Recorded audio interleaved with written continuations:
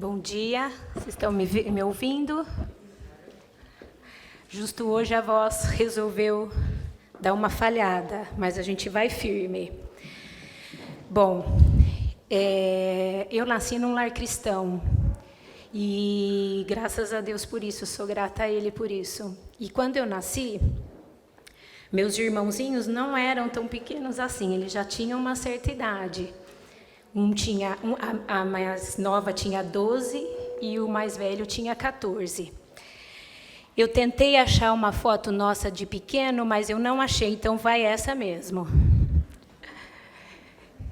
E então, desde muito cedo, eu tenho os princípios e os conceitos bíblicos muito presente na minha memória. Eu nasci escutando da palavra, indo na escola bíblica dominical. Só que alguns deles eu desenvolvi e eu aprendi realmente o que significavam depois. Não foi, quando a gente é criança, a gente escuta e fica com aquilo. Mas depois a gente vai entender. E foi assim que aconteceu comigo. E é interessante, porque o autor do livro, eu não sei se vocês estão acompanhando, que é a base da minha aula, e diferente das outras aulas, ele é bem denso no meu capítulo e bem didático, então tem muita coisa que a gente vai ver aqui. Ele começa o livro com uma história muito interessante. Ele fala que a festa preferida dele era o Halloween, e que ele sabia que ele podia assustar muitas leitoras e muitos leitores com isso, mas que ele ia continuar falando por quê. E ele conta que, quando ele era pequeno, apesar da festa ser totalmente contrária a princípios e tudo que a gente acredita, ele tinha certeza de que, se lá fora haviam bruxas e monstros, dentro da casa dele não havia. E, principalmente, que a carreata dos tios não ia chegar na casa dele, que a mesa do Natal não ia estar exposta e que não ia ter preocupação de haver algum problema. Então, e ele disse que as festas de ação de graça e de Natal eram muito boas. Ele não estava dizendo que não eram, mas a preocupação de ocorrer alguma coisa, alguma tensão, algum trauma, levava ele a achar que a festa do Halloween, onde ninguém ia para a casa dele, era melhor. Aqui está o meu núcleo familiar. Eu casei com um Sansei, ele é filho de japonês com brasileira, e eu tenho 2 filhos frutos deste casamento, eles são bênçãos para nós. E alguém estava aqui na aula da Sayuri? Ela mostrou uma foto da festa dela, do um encontro. Eu vou mostrar a foto do último Natal, antes da pandemia. E aí ela fez uma brincadeira com uma meia dúzia de emoticons ali na foto dela. Eu vou colocar quantos tem na nossa. E o que acontece na cabeça de cada um. Quando eu era criança, a gente ia para a casa de uma tia, da minha avó, todo sábado, tomar café. Eu não consigo dizer para vocês que horas, mais ou menos, mas a gente ia de tarde e ficava lá até o princípio da noite. E eu lembro da mesa do meu avô jogando baralho com o pai da minha tia, do meu tio ali. E eu lembro dessa minha tia, e que conversava ali com a gente e tal, e um dia, eu devia ter uns 8, 9 anos, e eu escutei ela falando assim para minha mãe: eu queria dormir dia 23, era dezembro, e acordar dia 2. E eu era uma criança, eu falei, isso não vai acontecer, né? Pelo amor de Deus, por favor, Senhor, não aconteça isso, porque eu queria o Natal e a festa de Ano Novo, de tudo. Para mim era o maior prazer. E aí eu falei, isso passou. Passados-se 30 anos, quem pensou isso? Eu. E não porque tinha algum problema, alguma crise, nada disso, simplesmente porque as reuniões e os encontros podem causar alguma coisa. E isso é uma realidade para nós. E eu creio que seja por isso que o autor fale da festa de Halloween, porque ele também vivenciou isso e também sabia que isso era uma realidade. E aí eu fui buscar na Bíblia o primeiro trauma familiar, o primeiro problema que aconteceu. E eu achei bem no comecinho, né, que foi com Caim e Abel. E você lê para nós, Cíntia, os versículos ali que contam um pouquinho. Não, tá, ó. E aconteceu ao cabo de dias... E aconteceu, a cabo de dias, que Caim trouxe do fruto da terra uma oferta ao Senhor. E Abel trouxe dos primogênitos de suas ovelhas e da sua gordura, e atentou o Senhor para Abel para a sua oferta. Mas Caim, e para a sua oferta, não atentou. Irou-se Caim fortemente, descaiu-lhe o semblante. E o Senhor disse a Caim: Por que tiraste? Por que descaiu o teu semblante? Se por bem fizeres, não é certo que serás aceito? E se não fizeres bem, o pecado jaz à porta, e sobre ti será o seu desejo, mas sobre ele deves dominar. Deus não se agradou das ofertas de Caim, porque ele fazia como um ato de formalidade, enquanto seu irmão Abel pegava as primícias, separava o que era de primeiro ali que ele tinha e dava ao Senhor. Isso mostrava a motivação do coração de Abel. Que qual era? Buscava primeiro o Senhor. Ele estava interessado em primeiro lugar em buscar a Deus, e Caim não. E Deus fala para Caim: podemos escolher obedecer ou não. O pecado está à porta, à sua espera, ele quer dominá-lo, mas precisamos vencê-lo. E isso eu vou falar para vocês hoje. O pecado está à nossa porta, e é a nossa escolha dominar ou não. O autor apresenta para nós no livro 4 motivos para você olhar para a cruz e não para a crise. E eu vou falar deles agora. Eu vou enumerá-los. Primeiro ele fala da paz, depois ele fala de honrar, depois ele fala de ser humilde e, por fim, ele fala da maturidade. Eu vou definir para vocês o que ele está chamando por tensão e o que ele está chamando por trauma, tá? Tem uma diferença. A tensão, ele fala de atritos cotidianos, que exigem paciência e sabedoria da nossa parte, mas que não ameaçam a família em si. Já traumas, ele fala de experiências negativas de sofrimento que colocam em risco o conceito que a pessoa tem de si mesma e o senso de comunidade. Então, gente, a primeira coisa, o primeiro motivo, nós somos chamados para viver em paz. Vamos ler os versículos que estão a seguir aí, Gálatas, Mateus e Hebreus. Gálatas. Mas o Espírito de Deus produz o amor, a alegria, a paz, a paciência, a delicadeza, a bondade, a fidelidade, a humildade e o domínio próprio. E contra essas coisas não existe lei. Mateus 5,9. Felizes as pessoas que trabalham pela paz, pois Deus as tratará com seus filhos. Hebreus 12,14. Procurem ter paz com todos e se esforcem para viver uma vida completamente dedicada ao Senhor, pois sem isso ninguém o verá. João 3,17. Pois Deus mandou o seu Filho para salvar o mundo e não para julgá-lo. Gente, o Evangelho expõe o pecado, mas não com o objetivo de condenar. O Evangelho expõe o pecado de maneira estratégica, com o objetivo de apontar para Cristo. Opor-se aos membros da sua família, toda vez, em toda reunião familiar, em toda mesa de almoço e jantar, não é o caminho e não é o que Deus propõe para nós como exemplos. Eu não estou falando aqui para você ser omissa. Se existe algum pecado, algum problema, você vai tratar. Se ele for cristão de uma forma, se ele não for cristão de outra, em separado, com carinho, com amor, mas não na hora, na frente de todo mundo e para expor a pessoa. Não é isso que a gente, como cristão, deve fazer. Sabemos que as divisões, sejam elas quais forem, às vezes são inevitáveis, mas pense nas características que Jesus prescreveu para os líderes da igreja.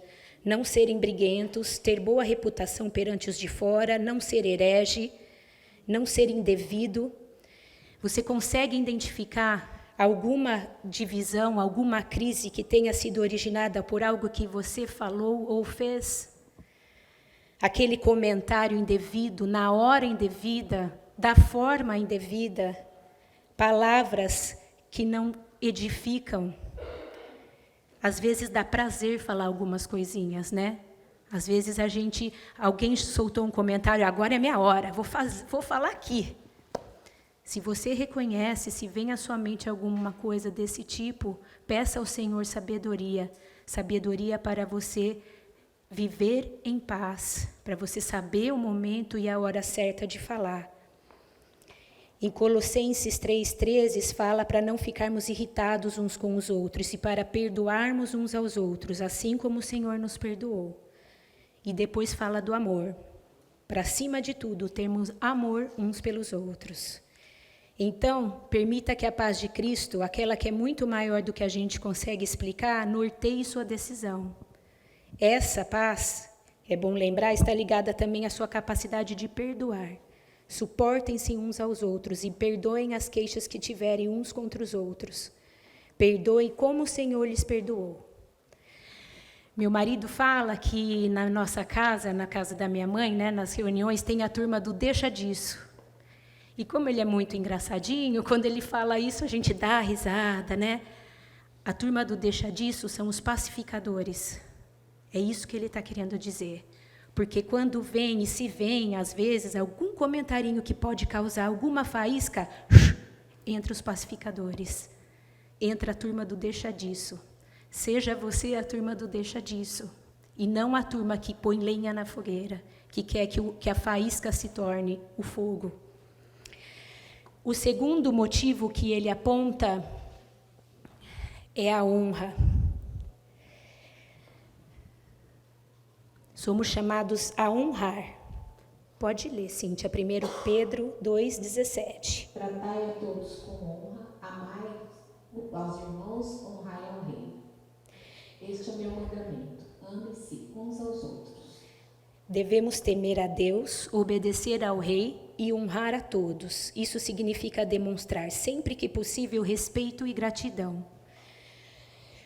A gente consegue fazer isso nos opondo sempre a tudo e a todos, sejam eles cristãos ou não cristãos? A gente consegue demonstrar gratidão, honra, amor, sempre cutucando e opondo as pessoas, principalmente aos nossos entes queridos? Mais uma vez, eu vou falar aqui, peça para Deus sabedoria para o momento de falar. Não devemos ser omissas diante de um pecado e de algum problema, mas devemos ter sabedoria. Se a pessoa é cristã, sabedoria para o momento, o modo como falar. Eu conheço muitas pessoas, mas muitas, que têm razão no que fala, mas que fala da forma errada. Não tem jeito para falar. Às vezes o problema é esse, a forma como a gente expõe alguma coisa. Se a pessoa está distante ou não conhece o Senhor, peça sabedoria para você se aproximar dela numa oportunidade e falar do amor de Cristo e falar que talvez aquele caminho que ela esteja tomando não está correto. A gente tem que pedir sabedoria. O terceiro motivo que ele fala é sobre ter humildade.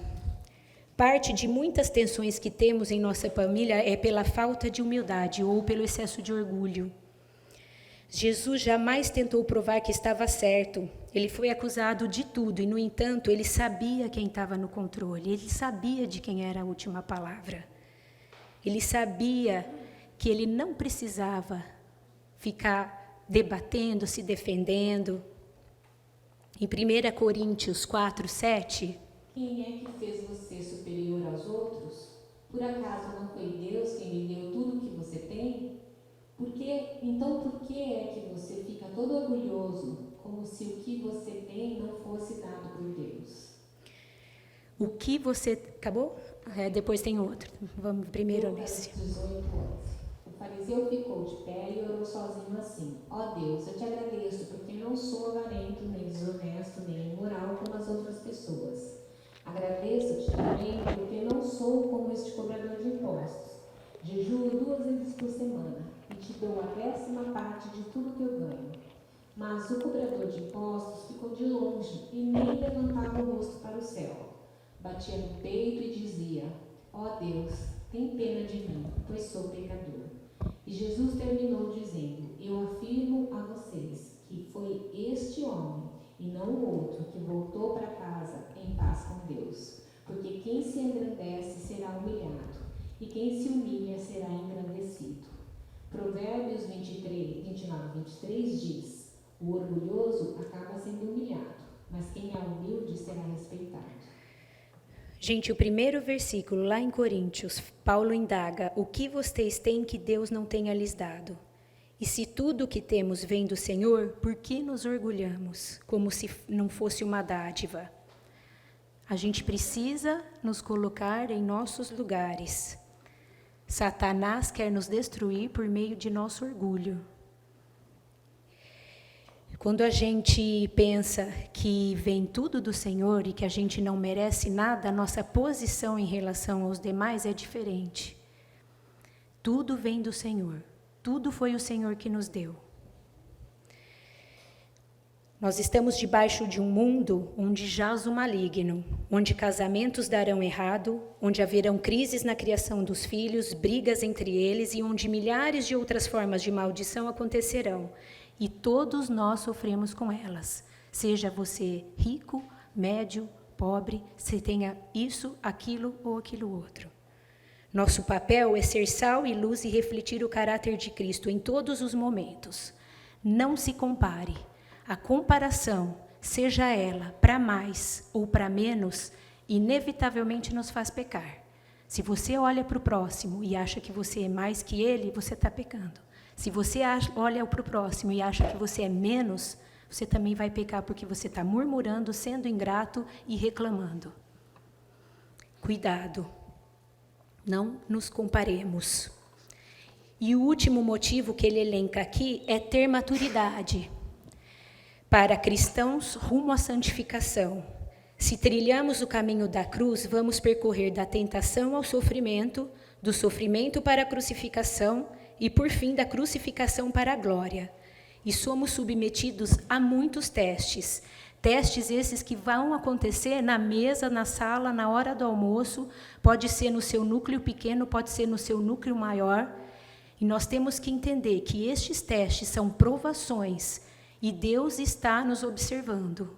Ele está olhando para nós. Eu quero ver como a Lívia vai reagir agora.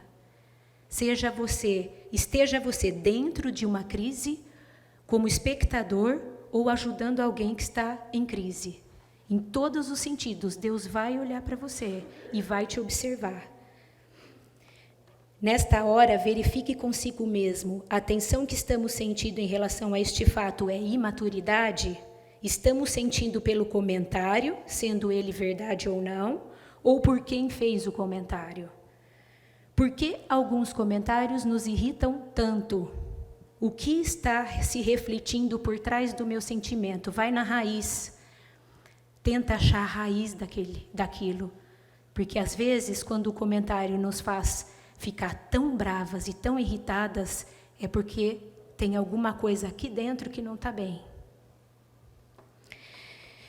Veremos com isso que o Espírito nos levou a carregar a nossa cruz em todas as arenas da nossa vida, inclusive na mesa de almoço e de jantar, da sua tia, da sua sogra e da sua nora querida, e nos fez ser lapidados por isso. A gente sempre vai ter ponto de atrito, e o importante é lembrar que a cruz aponta para o tribunal de Cristo. Em 2 Coríntios 5:10 fala que todos nós daremos contas de cada palavra e de cada ato que a gente faz e pratica e fala, por menor e mais insignificante que seja. Eu gostaria que agora você, aonde você está, você pensasse como tem sido o seu comportamento diante dos seus familiares, diante das crises. Pedir para Deus sondar o seu coração e mente, para que você veja em seu filho, cônjuge, pais, nora, sogra, motivos para agradecer e respeitar, para honrá-los. Não significa sermos omissos, mas sermos instrumentos de Deus, na hora certa e da maneira certa. Também gostaria que você pensasse, se você tiver, claro, naquela pessoa difícil da sua família, com o qual você tem dificuldade de lidar, e agradecesse a vida dela agora. E pedisse para Deus lhe capacitar na convivência com essa pessoa. Vamos, uns 2 minutinhos, fazer um momento de oração.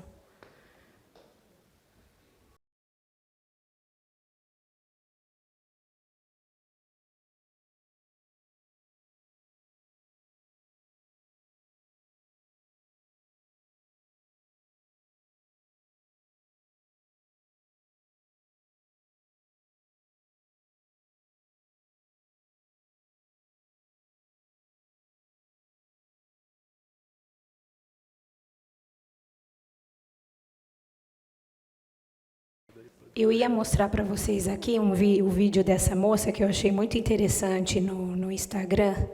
Quem sabe eu consigo colocar o som do meu celular?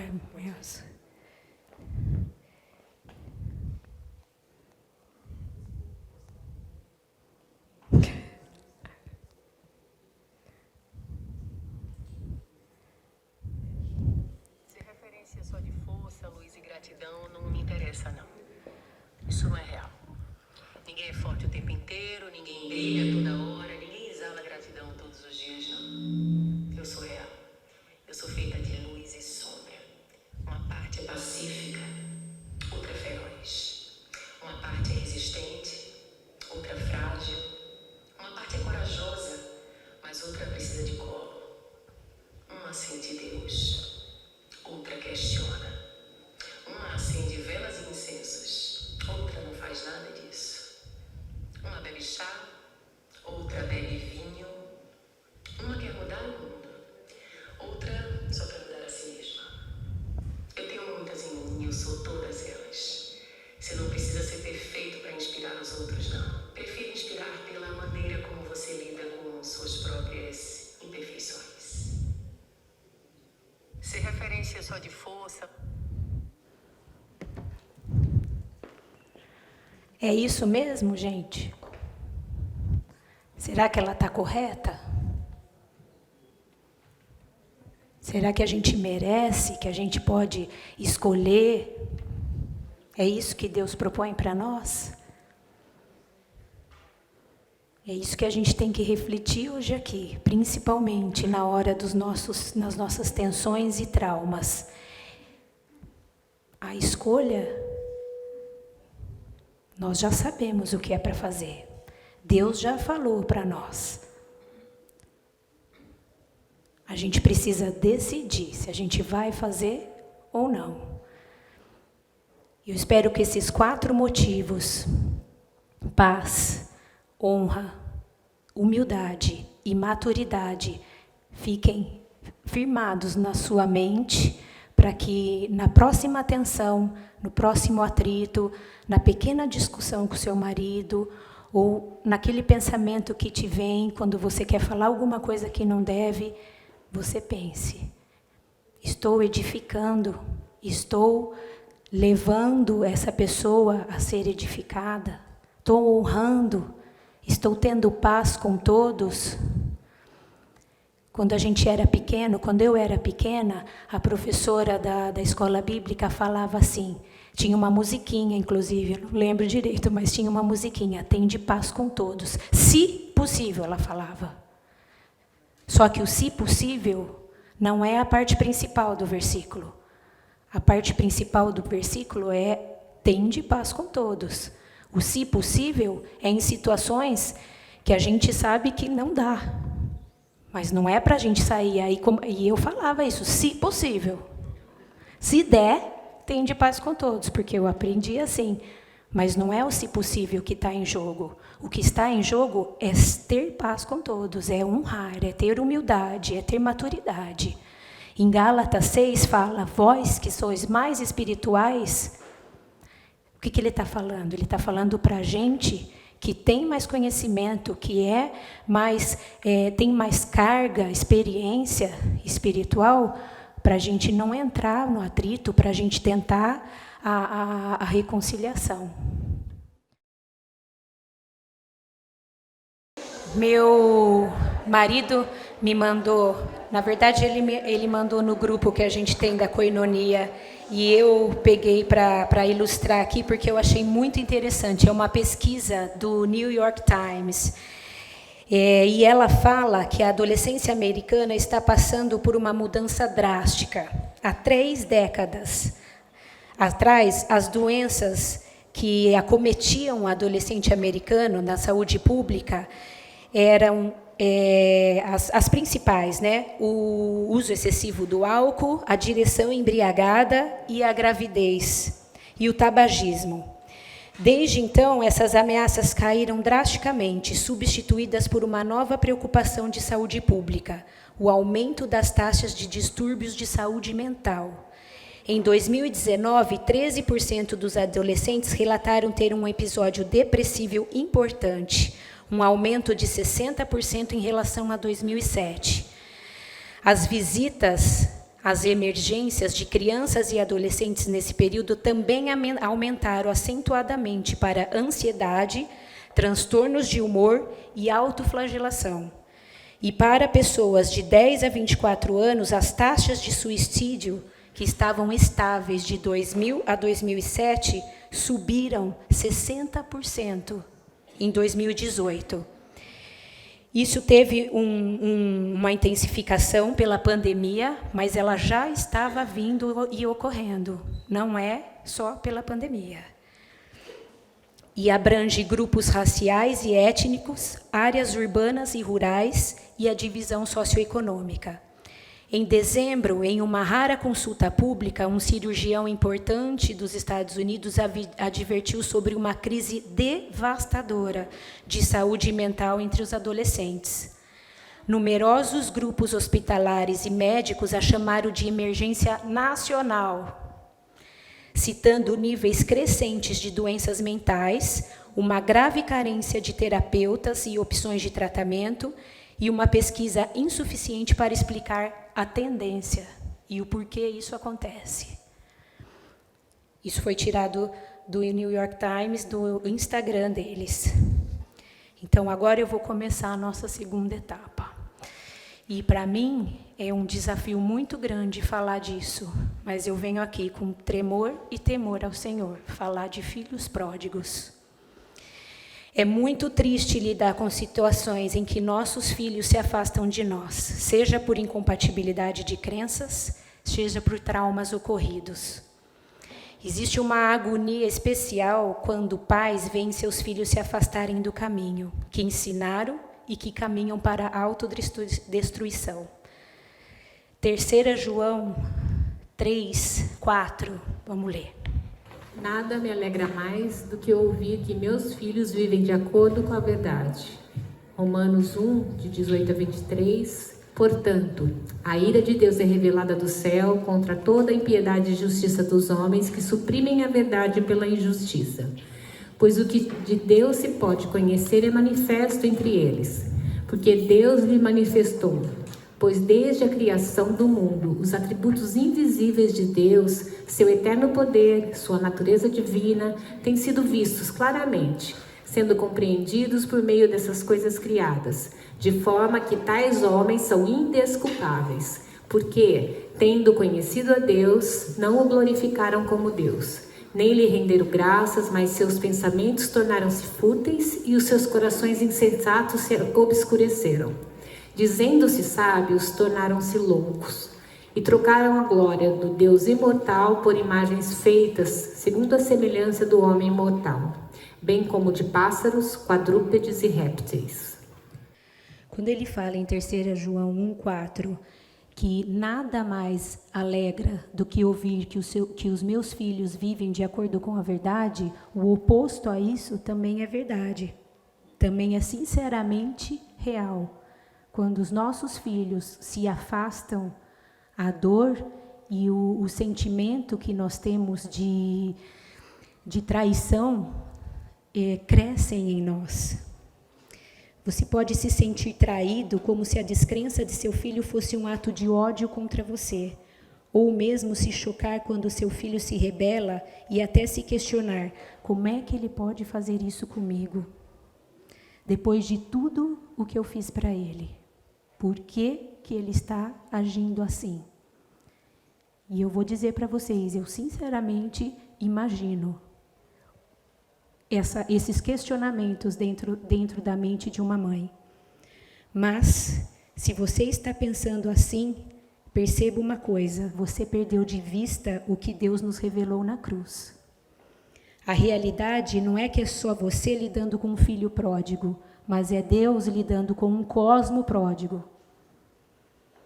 O pecado e a rebeldia contra Deus são universais, e a única exceção é Jesus, desde o princípio da raça humana. E agora vem os versículos de Romanos, que eu vou pedir para a Cíntia ler de novo, para caber bem dentro do contexto que nós estamos falando aqui. Portanto, a ira de Deus é revelada do céu contra toda a impiedade e injustiça dos homens que suprimem a verdade pela injustiça. Pois o que de Deus se pode conhecer é manifesto entre eles, porque Deus lhe manifestou. Pois desde a criação do mundo, os atributos invisíveis de Deus são eterno poder e a sua natureza divina têm sido vistos claramente, sendo compreendidos por meio de coisas criadas, de forma que tais homens são indesculpáveis, porque, tendo conhecido a Deus, não o glorificaram como Deus, nem lhe renderam graças, mas os seus pensamentos tornaram-se fúteis e os seus corações insensatos se obscureceram. Dizendo-se sábios, tornaram-se loucos, trocaram a glória de Deus imortal por imagens feitas segundo a semelhança do homem mortal, bem como de pássaros, quadrúpedes e répteis. Nossas histórias consistem na nossa consciência de quem é Deus, da sua revelação a nós e da nossa ingratidão rumo ao eu e aos ídolos que construímos. Isso, gente, desde sempre, tá? Saber disso a nosso respeito é essencial para nos relacionarmos bem com aqueles que nos desapontam, com suas descrenças e rebeldia. Ficar revoltado com filhos que se desviam é sinal de que não estamos entendendo a verdade da cruz e o que Deus nos ensinou sobre o pecado e o coração humano. Eu sei que é muito difícil. Eu realmente imagino.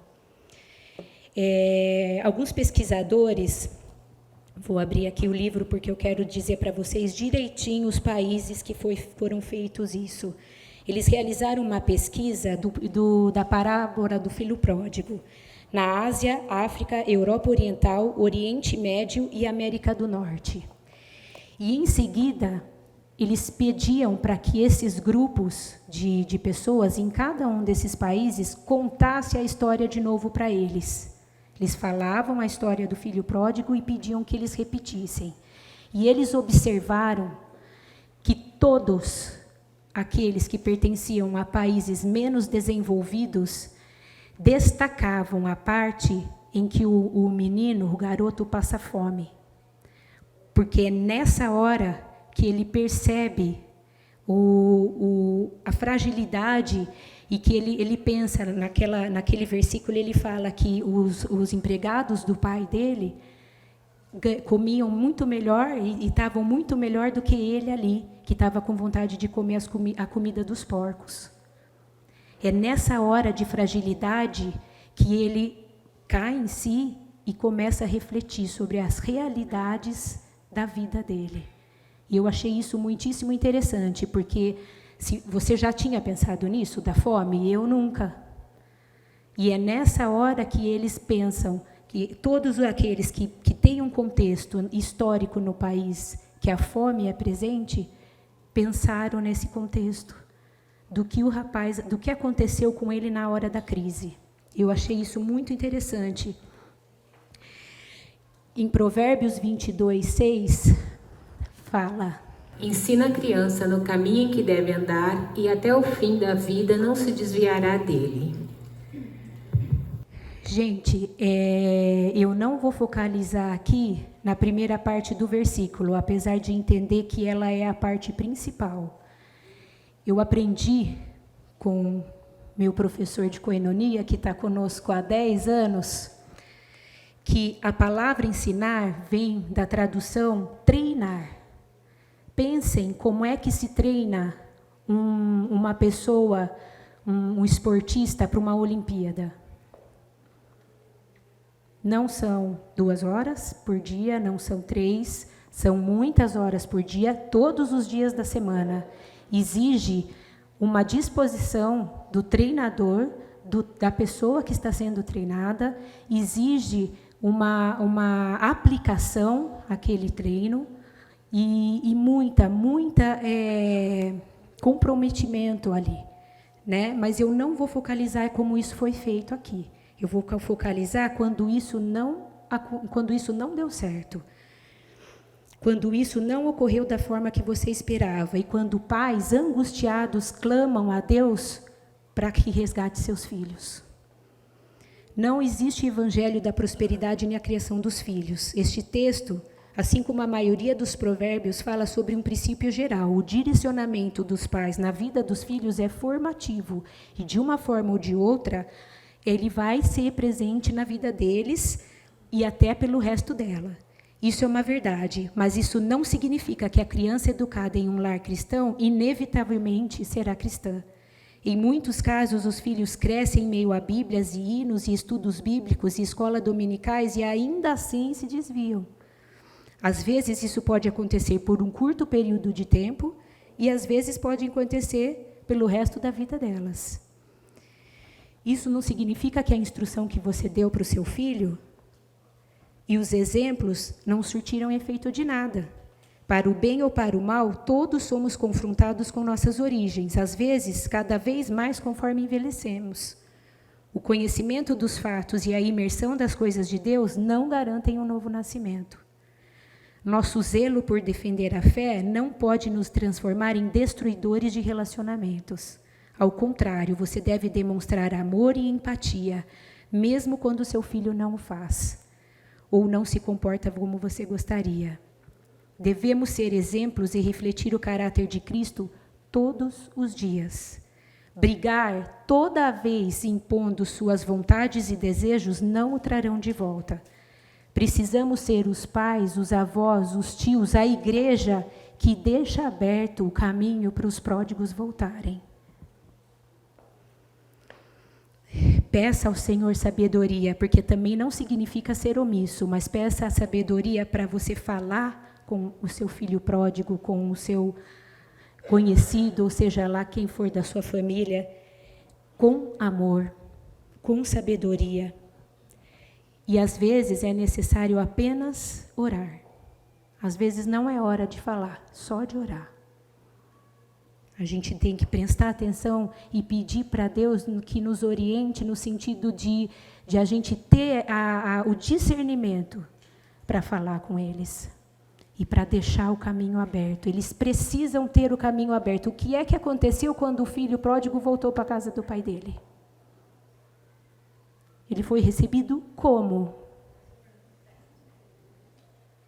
De portas abertas. Ele foi recebido de braços abertos. É assim que a gente tem que fazer. A gente tem que receber de portas abertas. Fácil? Não é. É preciso morrer para o seu eu.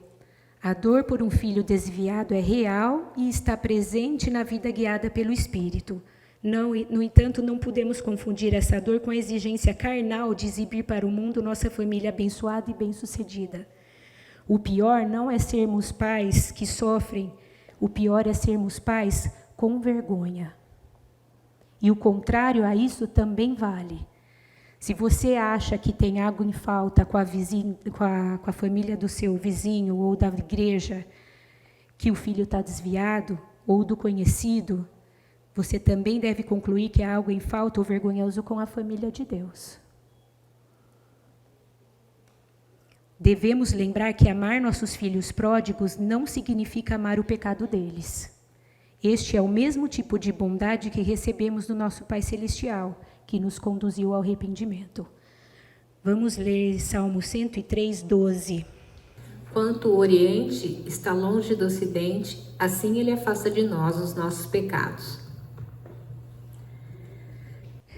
Nós vamos entrar agora o autor, ele começa o capítulo do livro falando de culpa e ele termina o capítulo falando de culpa e perdão. E a gente vai falar um pouquinho disso agora para começar a fechar nossa aula. Pois não. Mas o interessante é a gente perceber que quando a gente, no item anterior, você fala com o filho, você orienta, e às vezes ele não te ouve. E às vezes quando você muda a postura de ficar em silêncio e se colocar em oração, muitas vezes acontece de chegar e falar, você não está falando mais. Você não se preocupa mais com isso? Né? E não é, aí né, acontece de, não é que eu não me preocupo, mas eu realmente entreguei a Deus. E você já sabe o que tem que fazer. Aí já é o seu passo, a sua decisão em tomar, porque você já tem idade para decidir. Né? Então, nem sempre o nosso silêncio significa que a gente não está preocupado, que não está incomodada com aquela situação, né? Que a gente, para não ter uma discussão, digamos assim, você toda hora ficar confrontando. E o desgaste, né? O desgaste da relação. Né? Então, o silêncio tem muito mais poder do que às vezes você falar uma palavra que possa trazer um pouquinho. Você sabe que o autor conta que ele recebeu um irmão no seu gabinete e que esse senhor chegou para ele aos prantos e falou para ele, eu acho que eu estou negando a Deus e eu estou com medo. E aí o autor começou a conversar com ele e pediu para ele que explicasse melhor. E ele contou que ele tinha uma filha que estava vivendo inapropriadamente com um homem, só que, ao visitá-la, e isso ocorria sempre, toda semana, as reuniões, os encontros eram bons, eles riam, eles se alegravam, eles conversavam, e ele se sentia, neste momento, negando ao Senhor. Por quê? Porque ele achava que ele não falando nada para ela, ele estava errando, fazendo algo incorreto. E o autor fala para ele, você está errado nesse seu pensamento, na verdade você está tendo um ato heróico, você está refletindo o caráter, não porque você não está falando nada, mas porque você está sendo um pai que é um exemplo, está colocando o caráter ali. Uma hora ou outra, temos que falar, temos que ser sábios, que ter a maneira, o tempo certo, mas toda hora, se a pessoa está longe, às vezes não adianta, às vezes é só a oração, às vezes é o esperar, né? E ter realmente o discernimento do tempo disso. Eu acho que ele foi feliz nesse exemplo, porque... E aí ele confrontou aquele pai, ele falou, não se sinta assim, mas mostre para ela que mesmo você pensando diferente, tendo os seus princípios, você não vai deixar de amá-la, você só não concorda com o que ela está fazendo, né? E ele foi muito, achei muito valioso o exemplo.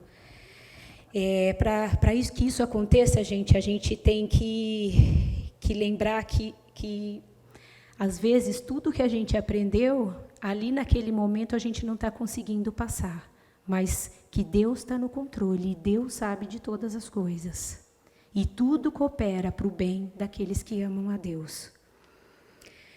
O perdão, eu vou falar aqui de coisas que o perdão não significa para você. O perdão não significa isenção de pecados. A cruz garante que todo pecado e injustiça serão julgados, nela ou no inferno. Perdoar não significa reconciliação. Às vezes não é possível. Às vezes é, às vezes não é. Perdão vem de uma decisão. Você decide perdoar. É racional, não é emocional. Não significa retaliação com as próprias mãos, vingança. Romanos 12, 19. A ninguém torneis mal por mal. Procurai as coisas honestas perante todos os homens. Se for possível, quando estiver em vós, tende paz com todos os homens. Não vos vingueis a vós mesmos, amados, mas dai lugar à ira, porque está escrito, minha é a vingança, eu recompensarei, diz o Senhor. Não significa, gente, não buscar justiça. Se você sofre um perigo, um assalto, um roubo, você tem que chamar a polícia. Mas também não é pagar o mal com o mal. Você não vai pegar o assaltante e matar. Romanos 12, 17. Já foi. A Deus pertence a vingança. Não significa esconder a realidade sombria do que você viveu. O passado existe, podemos lamentá-lo, mas não apagá-lo. E embora o seu passado o molde, ele não o define. Você tem a oportunidade de mudar de hoje em diante. Quem o feriu não o derrotou. Não somos vítimas, mas cordeiros com Cristo. Sofrer faz parte da vida cristã, e isso não escapa de ninguém. Ser cristão não é aprender a suportar tudo com um sorriso. A Bíblia diz que felizes são os que choram, pois serão consolados. Mateus 5:4. No reino receberemos consolo de maneira diferente da proposta pela cultura moderna. Cantar as feridas não significa vibrar com o sofrimento, mas como Jesus entoou o Salmo 22 na cruz. Deus meu, por que me desamparastes? Por que te alongas do meu auxílio e das minhas palavras do meu bramido? Deus meu, eu clamo de dia, e tu não me ouves. De noite, e não tenho sossego. Porém, tu és santo, e tu, que habitas entre os louvores de Israel. Ser alegre no Senhor pode não ser uma realidade para todos, já que traumas e tensões podem nos gerar muitos sofrimentos. Mas se alegrar no Senhor não é fingir que tudo está bem e sair sorrindo por aí, mas sim vivermos nossas dores, nosso pecado, nossa ruína e podemos clamar por livramento. É a graça eternizada na cruz. É saber que podemos passar por estes vales suportando tudo naquele que nos fortalece. É lembrar da eternidade com Cristo e que nada do que passamos aqui pode se comparar ao que viveremos lá. Eu acho isso muito lindo. E eu imagino e eu almejo o dia que nós estaremos com o Senhor e que o sofrimento que a gente passa aqui não tem comparação. Se você nunca pensou nisso, pense nisso. Eu penso diariamente que tudo que a gente passa aqui não tem comparação com o que nós vamos viver lá.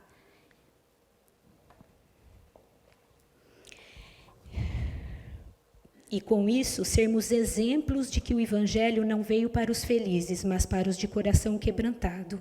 Não veio para os saudáveis, mas para os doentes, nem para os achados, mas para os perdidos. Você pode sentir culpa de muita coisa. Você pode sentir culpa pelo tempo que você não dedicou mais aos seus filhos.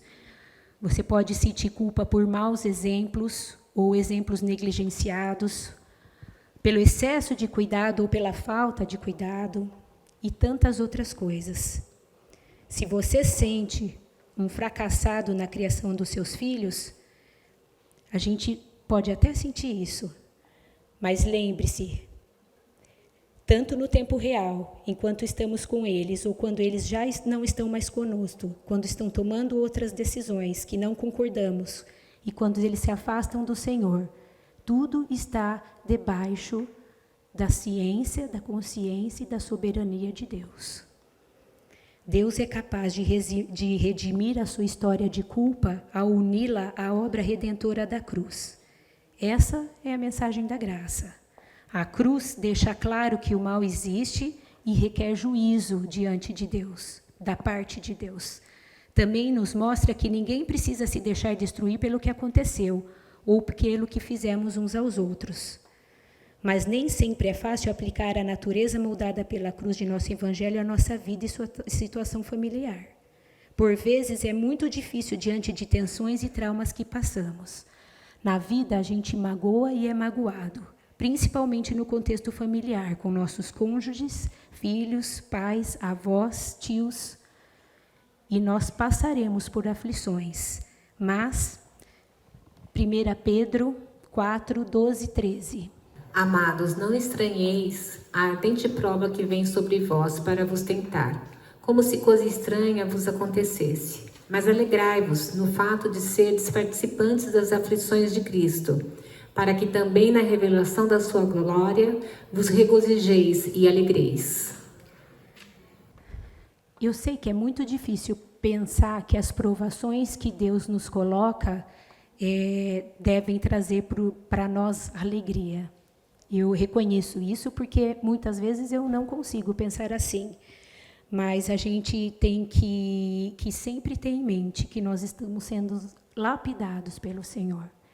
Nós estamos sendo transformados. E se você está passando naquele momento por aquilo, é porque alguma coisa você tem que aprender. Alguma coisa você tem que reformar na sua vida. A gente não pode voltar ao passado e mudá-lo. O que está feito, está feito. Mas a gente pode olhar para o futuro e fazermos diferentes. Podemos pedir perdão para quem magoamos ou fomos negligentes. Podemos agir de forma diferente daqui em diante. E que bom que o nosso Deus redime tudo isso na cruz. Que bom que a gente pode começar a fazer diferente daqui para frente. João 3, 14 e 15. E como Moisés levantou a serpente no deserto, assim importa que o Filho do Homem seja levantado, para que todo aquele que nele crê não pereça, mas tenha a vida eterna. Para nos libertarmos é necessário olhar para o que mais nos assusta, para aquilo que expõe quem realmente somos, em todo o nosso pecado e fragilidade. Nem sempre é fácil e muitas vezes é doloroso. Mas eu quero te incentivar a pensar nisso hoje, principalmente nos fracassos dentro da nossa família, dentro da sua família, que nos mostra a grande distância entre quem somos e quem pretendemos ser. Que você possa pedir ao Senhor sabedoria, discernimento, disposição para você fazer diferente daqui para frente. Se você anseia por libertação das mágoas que causou ou do sofrimento que suporta, não está esperando que a graça divina o encontre, ela já está ao seu lado. Como disse um sábio homem para um amigo que estava cheio de culpa pelo ninho vazio, o Senhor redime tudo isso, mas faça diferente daqui para frente. É preciso sermos exemplo.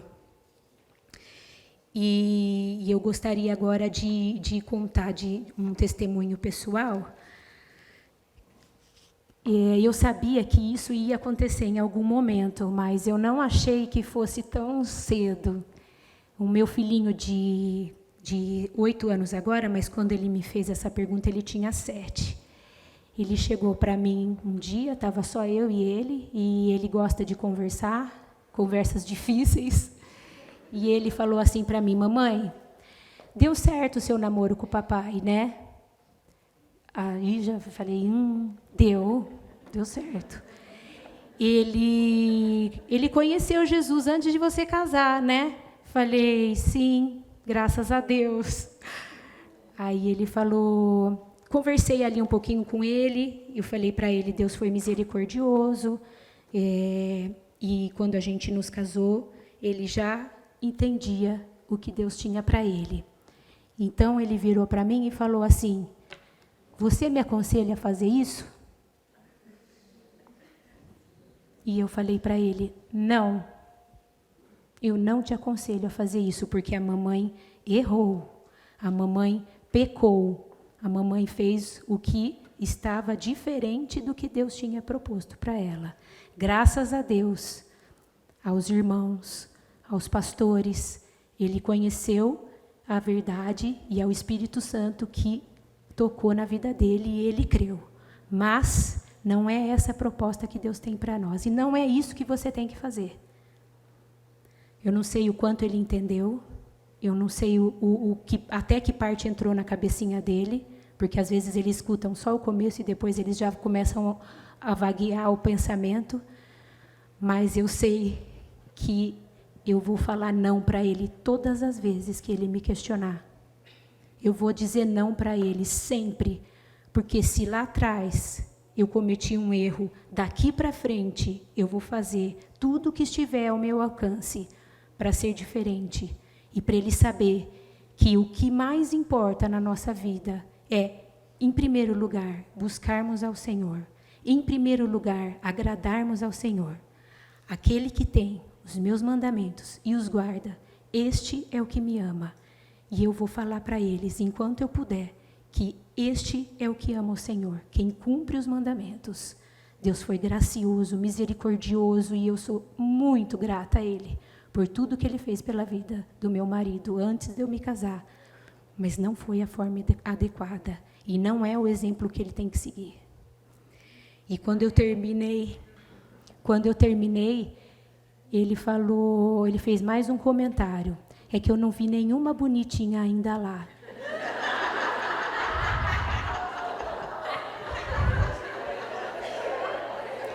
E eu falei para ele, mas você vai achar, porque o Papai do Céu vai te mandar.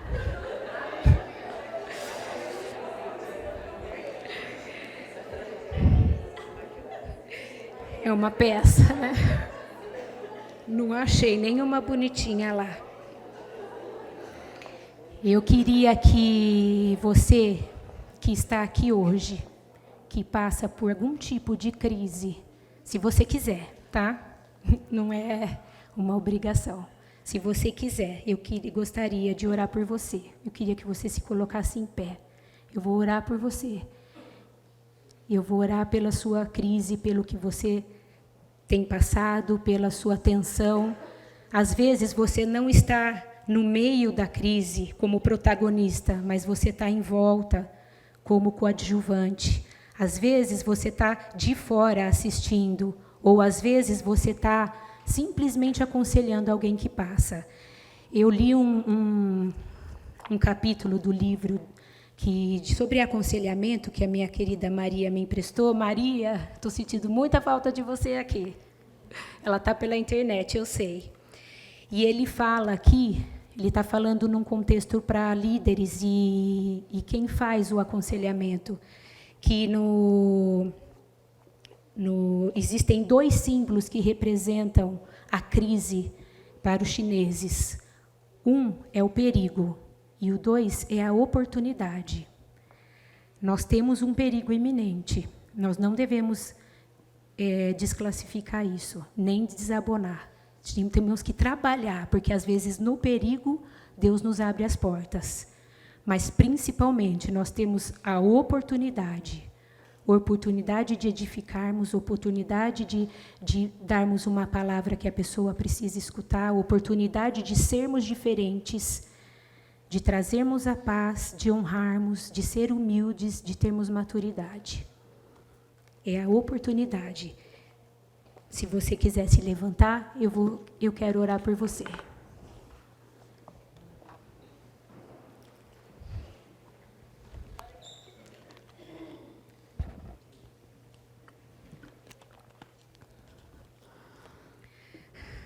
Obrigada, Senhor, porque a sua palavra é viva e eficaz.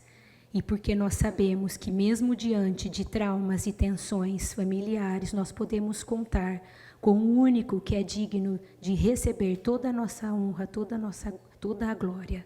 Obrigada, Senhor, por essas minhas irmãs aqui. Que nós possamos realmente buscar sabedoria que vem de Ti para lidarmos com os nossos problemas, com os nossos entes queridos e com os nossos desafios do dia a dia. Eu quero te pedir por elas, Senhor, para que o Senhor tenha misericórdia, para que o Senhor as ajude, para que o Senhor as capacite, para que o Senhor derrame sobre ela as suas bênçãos, Senhor. Muito obrigada pela palavra, muito obrigada por tudo que o Senhor faz por nós, mesmo não sendo merecedores de nada. Em nome de Jesus eu oro e agradeço. Amém.